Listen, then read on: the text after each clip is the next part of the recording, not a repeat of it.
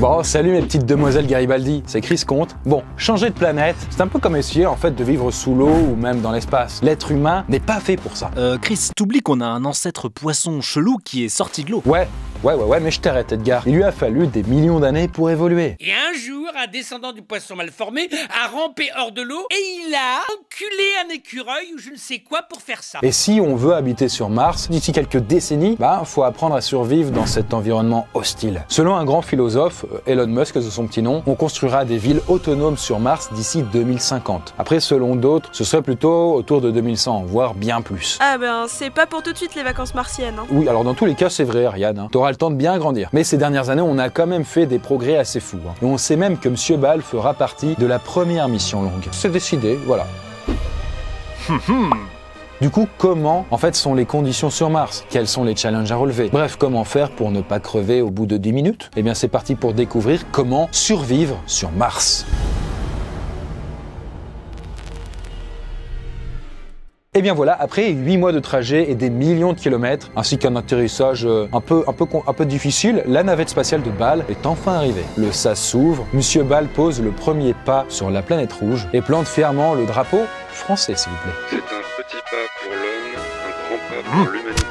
Bon, à première vue, la planète Mars semble plutôt accueillante. De l'eau sous forme liquide et glacée dans le sol, des calottes polaires, des lunes, enfin de grosses caillasses, c'est des lunes, et une journée à peine plus longue que sur Terre. Mais Mars est en réalité un désert froid, toxique, irradié, et on ne peut même pas respirer. En fait, l'atmosphère est composée à 95% de CO2, et qui plus est, de toute façon, elle est extrêmement fine, soit en fait 100 fois moins que sur Terre. Bon, et à part ça, il y a des martiens ou pas? Ah mais tu plaisantes ou quoi, Ariane? Enfin, s'il te plaît. En fait, Ball est juste accompagné de membres d'équipage. Bon, on l'a pas emmené seul, parce que du coup, il avait presque aucune chance sinon. Et il va avoir besoin de toutes les compétences techniques et scientifiques pour s'installer sur Mars. Et d'ailleurs, en parlant d'installation, les ennuis commencent déjà. La navette spatiale de Ball s'est posée plusieurs kilomètres trop loin. Et il devait arriver à côté d'une livraison de matériel important, qui a été envoyée avant eux pour préparer le terrain. Et là, comme d'habitude, je vous ai demandé sur mon Instagram, @elchriscomte, ce que vous conseillez à Ball de faire. Soit d'abandonner le vaisseau pour rejoindre le matos, ou de perdre un temps précieux à tout ramener.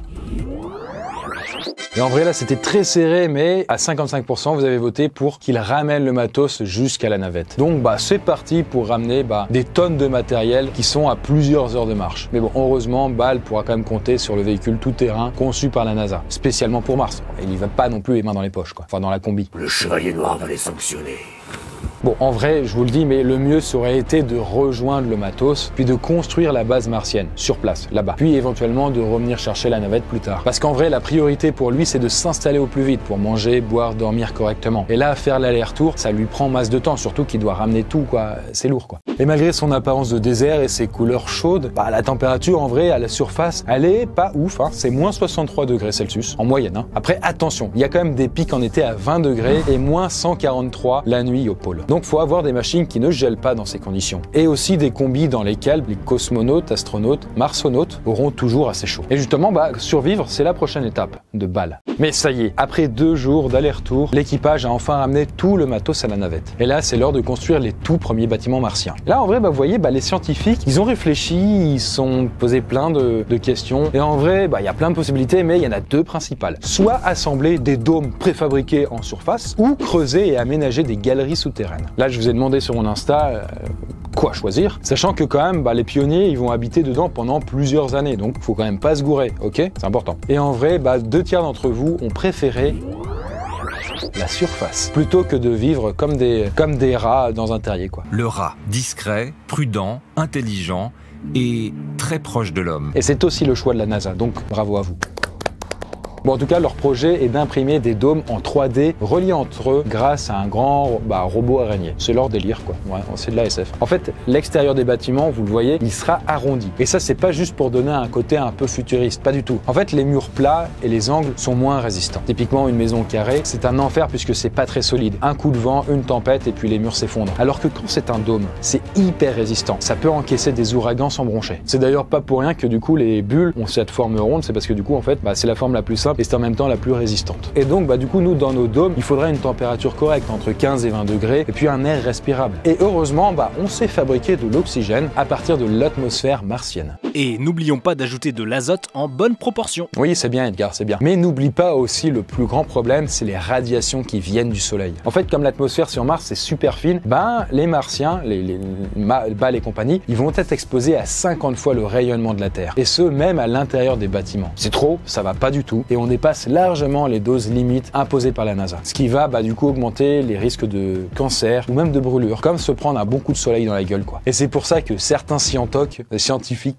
ils les recommandent de vivre dans des galeries souterraines, comme des lapins. En fait, c'est bête, mais la croûte martienne, elle est suffisante pour bloquer les rayonnements. Mais sauf que nous, comme on a choisi les dômes, il existe quand même une astuce pour les protéger des rayonnements. Et pour ça, on peut le faire grâce à une épaisse couche de CO2 gelé. Et par-dessus cette couche de glace, de carbone, eh bien, on rajoute au moins 1 mètre de terre. En gros, les mecs, c'est des hobbits, quoi, tu vois.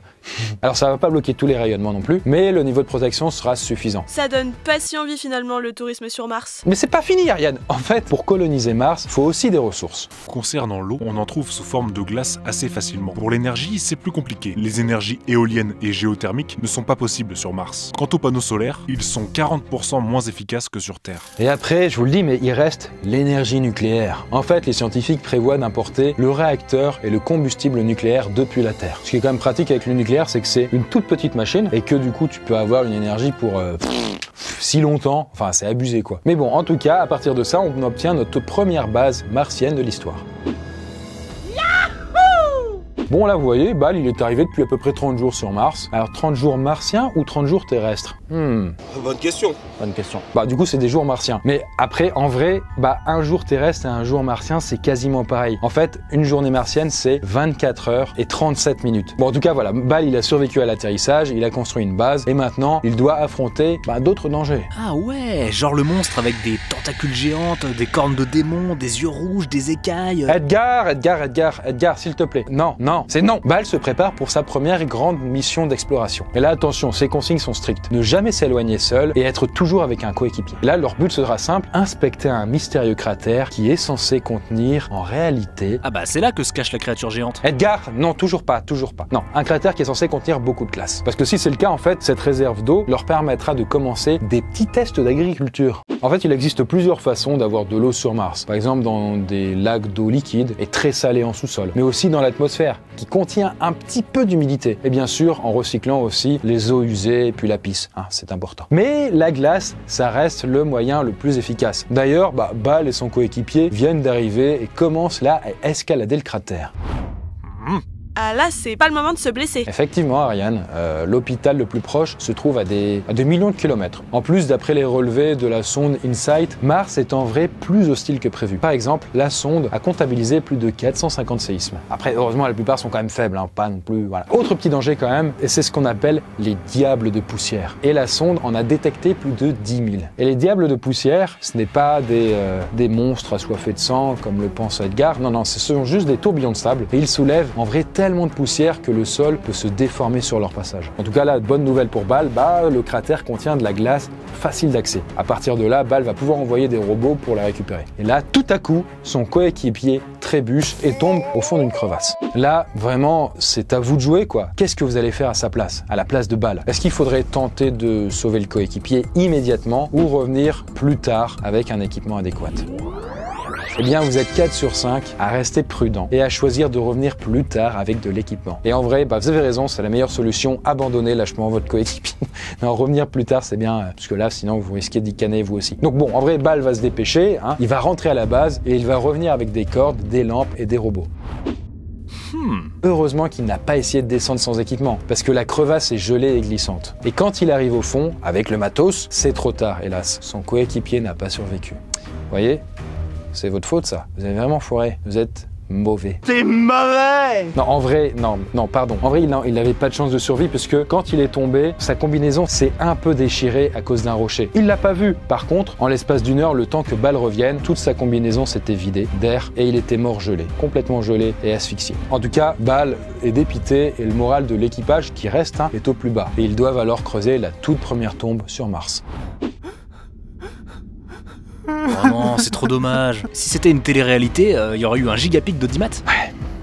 t'as raison Edgar, c'est vrai ça. Mais bon, en tout cas, en perdant un collègue, Bal tire une bonne leçon. Sur Mars, le moindre faux pas peut être mortel. Et bien voilà, déjà 1 an que Bal est sur Mars. Bon, depuis leur arrivée, les pionniers mangent des réserves de bouffe emportées avec eux. Mais pour survivre longtemps sur Mars, il faut pouvoir faire pousser de la bouffe. C'est important. Et ça, c'est pas une chose facile, contrairement à ce qu'on voit dans le film, par exemple, Seul sur Mars. Déjà, inutile de planter des graines directement dans le sol. Et ça, c'est à cause de la régolithe. Alors, régolithe, c'est le sol martien, quoi. Et c'est une substance à base de chlore qui est très nocif pour les plantes et les humains. Pour avoir un bon sol fertile, il faut déjà recréer un sol avec plus de nutriments et de l'azote, créer un environnement avec un bon air, une bonne pression et température, protéger les plantes des rayonnements ultraviolets du soleil, les éclairer artificiellement et les arroser avec une eau purifiée et dessalée. Eh ben, on n'est pas prêt de bouffer des frites sur Mars, hein. Oui, Ariane, faut s'accrocher. En vrai, ça fait beaucoup de boulot, c'est vrai, mais tout n'est pas perdu. Par exemple, figurez-vous que le Centre international de la patate a mené une expérience. Et en vrai, ils ont réussi à faire pousser des pommes de terre dans un nanosatellite, en recréant un environnement un peu similaire à celui de Mars. Alors tout ça, ça a quand même demandé beaucoup d'énergie, hein. Et certains spécialistes envisagent un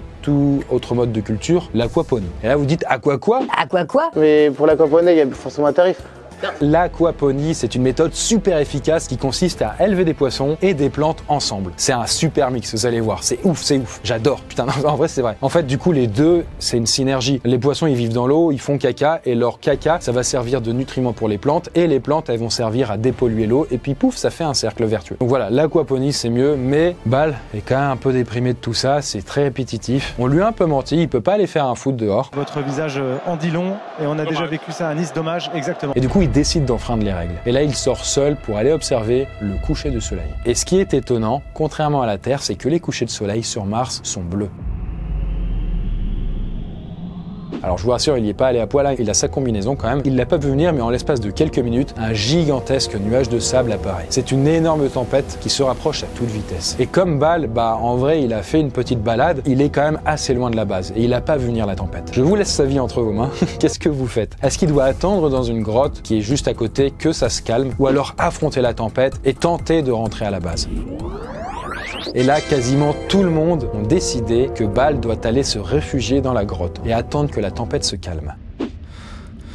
Et sauf que là, en vrai, les heures passent et ses réserves d'oxygène diminuent. Bal se met à réfléchir et il se rappelle d'un détail de sa formation d'astronaute. En fait, l'atmosphère martienne est tellement faible que le vent ne peut pas être violent. Je vous l'ai dit, c'est 100 fois plus faible que sur Terre. Ce serait comme être attaqué par des moucherons, quoi. Et même si la tempête est impressionnante, en vrai, elle n'est pas dangereuse. Ça ressemblerait pour lui, en dépit de la vitesse, à une simple brise. Et contrairement au gravier qu'on voit dans le film Seul sur Mars, en vrai, les grains de poussière qui volent sont extrêmement fins et sans danger. Et donc, après quelques heures, il se dit, mais putain, je vais pas crever sans mon oxygène parce qu'il en a plus beaucoup. Il décide d'affronter la tempête. Et du coup, finalement, de ne plus écouter tout à fait vos conseils qui sont peut-être pas si pertinents que ça en vrai. Hein? C'est ça que tu voulais? Pardon. T'es un tordu, toi. T'es un malade mental. C'est le manque d'oxygène, désolé. En vrai, surtout pour Bal, le souci là, c'est le manque de visibilité. Mais au bout d'un moment, à force de marcher, il finit par retrouver le camp et rentrer grâce à ses petits instruments de navigation, GPS et compagnie, quoi, t'as vu. Et bien voilà, 5 ans sont passés et Bal est toujours en vie. Ah oui, amen, amen. Et là, vous voyez, en fait, Bal et le reste de l'équipe se nourrissent maintenant grâce à leur propre récolte. Mais après 5 ans, ces conditions de vie ont quand même de lourdes conséquences. Déjà, l'organisme de Bal manque de certains nutriments, et même s'il y a des compléments alimentaires. Mais c'est pas non plus son seul problème de santé, parce que sur Mars, je vous l'ai pas dit, mais la gravité est quand même pas ouf, hein. Elle est à peine à 38% de celle de la Terre. En gros, il est 3 fois plus léger. Donc voilà, si sur Terre, Bal, il fait 80 kg sur la balance, sur Mars, il n'en fait que 30. Et à cause de ça, il a perdu des muscles, ses os sont plus fragiles, mais son sang circule aussi moins bien et sa vue a baissé. Eh ben, il fallait soulever plus de fonte, mon petit. En vrai, pourtant, Bal, tu vois, il fait du sport. Mais sur le long terme, c'est impossible d'empêcher tous les effets du manque de gravité. En vrai, son corps, il se dit, comme il y a moins de gravité, j'ai moins d'efforts à fournir, donc pourquoi avoir des muscles aussi gros et des os aussi lourds? Il est devenu plus svelte, on va dire. Après, ce qui est bien, c'est que quand même, quand tu fais un saut, tu peux sauter 3 fois plus haut. Et quand même, tu fais des bobons, quoi. Mais en vrai, même la gravité plus basse, d'après une étude, ça pourrait avoir des conséquences sur le cerveau. La matière grise augmente dans certaines zones et va baisser dans d'autres. Et ça pourrait avoir comme conséquence la perte de fertilité. Plus très fécond quoi, tu vois. Ah, bon courage pour coloniser Mars si on peut pas y faire de gosses. Effectivement, et ça c'est même pas terminé puisque Bal a aussi de gros problèmes de santé à cause de la poussière. En fait, plus les explorateurs entrent et sortent des bâtiments, plus ils apportent en fait de poussière à l'intérieur. Et celle-ci, peu à peu, se fixe dans les poumons. Mais c'est tout petit, vous voyez, c'est vraiment des particules quoi. Or, quand même pour rappel, le sol de Mars, il est rempli de minéraux qui sont très toxiques. Et ça, au bout de plusieurs années, cette poussière peut finir par tuer les membres de l'équipage. À s'accumuler et s'accumuler quoi. Comme du cyanure que vous aurez avalé sans vous en rendre compte à chaque bouchée. Et à partir de là, on peut se demander, mais en fait, pourquoi vivre en fait sur une planète aussi inhospitalière? Pourquoi faire? La vie était quand même plus simple, plus confortable sur Terre. Sauf qu'en vrai, avec tous ces problèmes de santé, le voyage de retour de 8 mois sur Terre lui serait fatal. Bal n'est plus assez solide maintenant pour résister. Et c'est pour ça que certains scientifiques envisagent de modifier l'ADN humain pour l'adapter à Mars. D'autres misent plutôt sur des neurones artificiels ou de la peau synthétique. Mais ça soulève plein de questions éthiques. Bal a réussi à survivre 5 ans sur Mars, mais c'est au prix de nombreux efforts et d'une espérance de vie très réduite. Sans oublier qu'au moins de problèmes de fuite dans l'habitacle ou dans la combi, on peut mourir en un temps record quoi. Alors certes, l'humanité se rapproche de la colonisation de Mars, mais en dépit de ce que pense Elon Musk, beaucoup de scientifiques, eux, sont plus d'avis qu'on ira sur Mars pour étudier la planète plutôt que pour y habiter. En tout cas, vous, qu'est-ce que vous auriez fait à la place de Bal? Est-ce que vous auriez été prêt à vivre sur Mars en sachant que vous y seriez pour y mourir? En tout cas, pour participer aux prochaines vidéos, ça se passe sur mon Instagram, LChrisConte. Et nous, on se dit à la prochaine vidéo. Bye, bye, bye, bye, bye. Bye, bye, bye, bye, bye, bye, bye, bye, bye, bye.